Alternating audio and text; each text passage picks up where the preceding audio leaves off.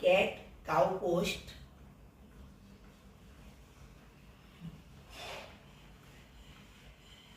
બીજું છે ઉષ્ટ્રાસન.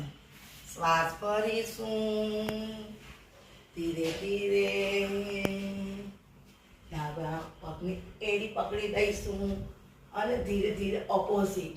આ છે ઉષ્ટ્રાસન. ધીરે ધીરે શ્વાસ ભરીશું, ધીરે ધીરે ધીરે છોડીશું. ત્યાર પછી છે ભુજંગાસન. ભુજંગાસન. શ્વાસ ભરીશું, શ્વાસ છોડીશું. ત્યાર પછી કરીશું સેતુ બંધાસન. શ્વાસ ભરીશું,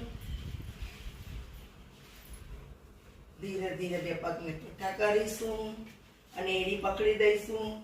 આને કહેવાય છે સેતુ બંધાસન.